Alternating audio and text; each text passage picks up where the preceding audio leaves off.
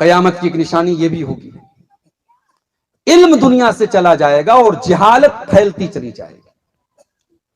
बुखारी के अल्फाज हैं, अल्लाह के नबी फरमाते हैं इन्ना मिन अशरातिस्साअ अन युरफअल इल्मु व यसबुतल जहलु। कयामत की एक निशानी यह भी है कि इल्म को दुनिया से उठा लिया जाएगा और जहालत बहुत तेजी से फैलती चली जाएगी। लोग मेरे पास व्हाट्सएप करके सवाल करते हैं, मौलवी साहब ये यूथ क्लब के नौजवानों को सुनना कैसा है? आजकल एक नई बला आई है मार्केट में, यूथ क्लब। कुछ नौजवान लड़के हैं, हैंडसम हैं, लंबी लंबी दाढ़ी है, टी शर्ट पहने हुए हैं, जींस की पैंट पहने हुए हैं और बेहतरीन स्टूडियो में बैठ करके वो लोगों को मोटिवेट कर रहे हैं, मोटिवेशनल स्पीच दे रहे हैं, लोगों को इस्लाम के बारे में बता रहे हैं। हमें इस पर एतराज नहीं है कि टी शर्ट पहन करके और पैंट पहन करके कोई आदमी दीन की बात, ये एतराज की बात नहीं है। एतराज की बात यह है कि क्या उलमा मर गए हैं? क्या कुरान और हदीस हमें मोटिवेट करने के लिए अब काफी नहीं है कि हम ऐसे लोगों से मोटिवेट हो रहे हैं, यूथ क्लब के जो स्पीकर्स हैं? और हमें अपने उन तमाम नौजवानों से कहना चाहूंगा जो यूथ क्लब के नौजवानों को बहुत सुनते हैं, उसमें ऐसे भी स्पीकर्स हैं जो कहते हैं कि इस दौर में अगर फिरका परस्ती से हट करके, तासुब से हट करके अगर कोई बात कर रहा है तो जावेद अहमद गामेदी कर रहा है। अगर कोई सही बात कर रहा है, फिरका परस्ती से उठ करके कोई बात कर रहा है तो मौलाना मौदूदी ने की है।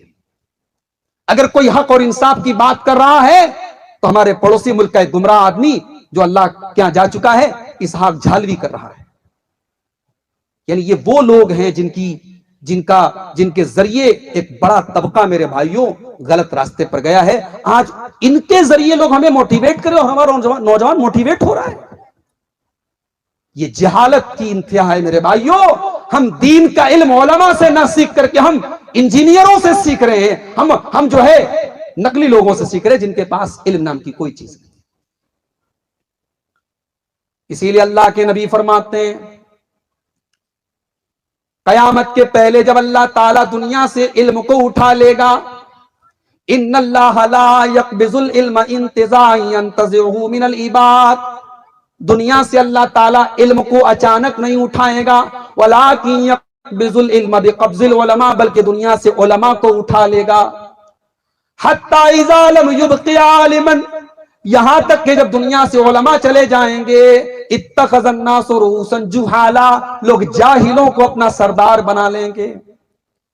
बड़े बड़े उलमा को स्टेज पर सवाल जवाब करने से कतराएं, सवाल का जवाब देने के पहले टाइम मांगे, सवाल का जवाब देने के पहले मोहलत मांगे। और एक जाहिल आदमी जिसको कुरान की आयतें पढ़ना भी नहीं आता, वो क्वेश्चन आंसर के सेशन चला रहा है, वो लाइव सेशन चला रहा है, वो लोगों को सवालों के जवाब दे रहा है।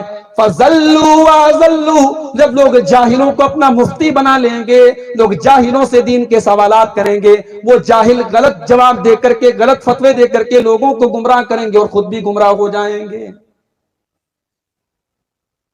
मेरे भाई, हम बीमार पड़ते हैं तो हम इंजीनियर के पास नहीं जाते, हम डॉक्टर के पास भी जाते हैं। और डॉक्टर भी वो जो वाकई में डॉक्टर हो। अब तो गांव देहात में भी लोग बड़े होशियार हो गए, अब झोला छाप डॉक्टरों के पास लोग नहीं जाते, लोग पता करते हैं कि वो डॉक्टर है भी कि नहीं है। फिर अगर हमें सीने की, दिल की बीमारी है तो हम कार्डियोलॉजिस्ट के पास जाते हैं, दिल के स्पेशलिस्ट के पास जाते हैं। हमें अगर किडनी की प्रॉब्लम हो, किडनी के डॉक्टर के पास जाते हैं। गुर्दे की प्रॉब्लम हो, हम गुर्दे के डॉक्टर के पास जाते हैं। पेट की बीमारी हो, हम गैस्ट्रोलॉजिस्ट के पास जाते हैं। हमें बदन में कहीं सर्जरी करवाना, हम सर्जन के पास जाते हैं। जो जिस फील्ड का एक्सपर्ट है, जो उसका स्पेशलिस्ट, हम उसके पास जाते हैं। मेरे भाई, दीन इतना हल्का है, दीन इतना सस्ता है। जो स्टेज पे चढ़ जाए, जो माइक संभाल ले, जो थोड़ी फर्राटेदार अंग्रेजी बोल ले, जो थोड़ा पैंट कोट पहन ले, जो थोड़ा उल्टे सीधे अंदाज में दो चार आयतें पढ़ ले, दो चार हदीसें पढ़ ले, हम उसे अल्लामा मान लेते हैं, उसे हम दीन की अथॉरिटी दे देते हैं, उससे फतवे पूछने लगते हैं। आज यूट्यूब के ऊपर फला साहब के लाखों और करोड़ों फॉलोवर्स हैं। मेरे भाई, ये हक होने की दलील नहीं है। लोगों की अक्सरियत का किसी को फॉलो करना यह हक होने की दलील कब से हो गया? हक हमेशा वो है जो सही हो, चाहे उसके मानने वाले 100 हो, 10 हो, 1 हो। एक आदमी भी अगर दुनिया में सही है तो वो हक पर है, उसके मुकाबले में सारी दुनिया अगर गलत है तो वो ना हक पर है। ये अहले हदीस का मनहज है, जो कुरान और सुन्नत का मनहज है। तो उलमा से जुड़ो, जो सही माने में उलमा है। और उलमा कौन है? जिन्होंने उलमा से इल्म को सीखा है। जो एक तरीका चला आया है मुहद्दिसीन से, उस्ताजी और शागिर्दी का। किताब पढ़ के कोई आलिम नहीं बनता, वीडियो सुन के कोई आलिम नहीं बनता, इंटरनेट की साइटों का मुताला करके कोई आलिम नहीं बनता। यह तरीका ही नहीं इल्म सीखने का। इल्म सीखने का तरीका यह है उस्ताद से सीखा जाए, और उस्ताद मोतबर हो, ऑथेंटिक हो, मुस्तनद हो। मुस्तनद उलमा से दीन सीखने का जो हमारे मदारिस का जो सिस्टम है, यह मुहद्दिसीन का सिस्टम है, यह सलफ सालिहीन का सिस्टम है। इस सिस्टम, मैं कहता हूं, हमें इस पर कोई एतराज नहीं है। कोई इंजीनियर साहब है, यकीनन वो आके स्टेज पर तकरीर करे। ये स्टेज किसी की बपौती नहीं है, ये किसी की बपौती नहीं है कि स्टेज पर सनाबिली चढ़ेगा, सलफी चढ़ेगा, मोहम्मदी चढ़ेगा। नहीं साहब, इंजीनियर भी स्टेज आके संभाल सकते हैं, एडवोकेट साहब भी स्टेज आके संभाल, लेकिन प्रॉपर चैनल से आए ना।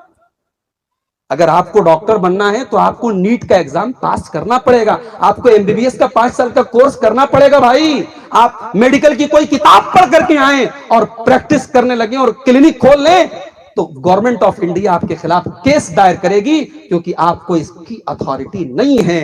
इसलिए दीन का इल्म दीन के डॉक्टरों से सीखा जाए, दीन का इल्म उलमा से सीखा